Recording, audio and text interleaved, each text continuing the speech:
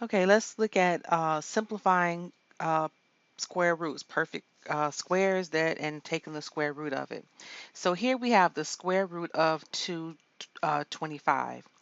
Um, Before we simplify that, one thing I didn't say on the previous video is that whenever you have an index of 2, you never see the number 2 as the index, but if the index is 3, 4, 5, you will see it there. So when there is no index that's shown, it's understood to be 2. So back to example 1, we have the square root of 225. Well, we want to find the square root of 225, and to do that, we're looking for two identical factors that will give us 225. So we know that 10 squared is 100. We know 12 squared is 144. And if we go to 15 squared, so you have to go down the line and think about your factors to determine that square root, that perfect square, especially when it's not as easy to find. But we have the solution of 15 because 15 squared, which means 15 times 15, gives us 225. Now, another way that you can find this when it's a perfect square is using the calculators that we are using in the classroom. And I want to show you the how to use the calculator with that. So we're using the TI 30X second series, and we want to I want to show you the square root symbol. So I'm going to zoom in some so that you can see this. And if you see the x squared symbol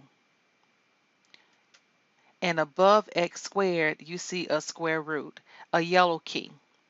So to get to this button here, you're going to have to press the second key that's on the calculator. So if I want to enter the square root of 225, we're going to press second, then the x squared key, which has the square root above it, and then enter 225.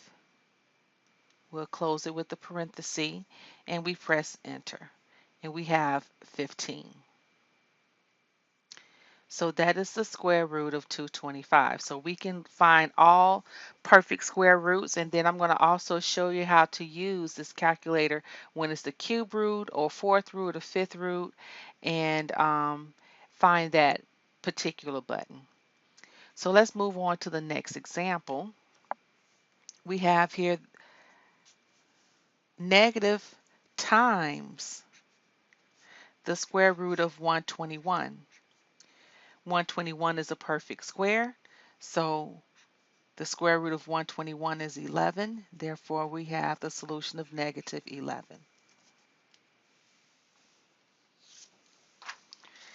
Next example, number 3, the square root of x to the 8th power. Well, we want to think about it. Think of two factors. When you multiply it, it will give us x to the 8th power. Well, we know x squared, the square root of x squared would be, or because x squared is a perfect square, its factors are x times x. When we say x to the 4th power, its factors are x squared times x squared. So we can go down the line. X to the 8th power, the square root of that is x to the 4th, because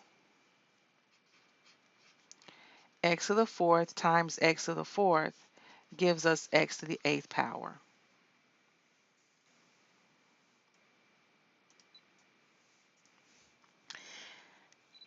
Let's take the square root of 16x to the 12th power. 16 is a perfect square. X to the 12th is a perfect square. The square root of 16 is 4. The square root of x to the 12th is x to the 6th power. Because 4x to the 6th times 4x to the 6th gives us 16x to the 12th power.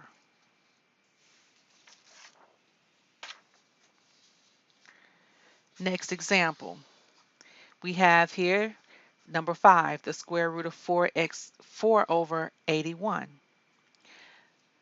The 4 is a perfect square. We can take the square root of 4, and then in our denominator, 81 is a perfect square. We can take the square root of that, and it will leave our answer as a fraction, and that is 2 over 9.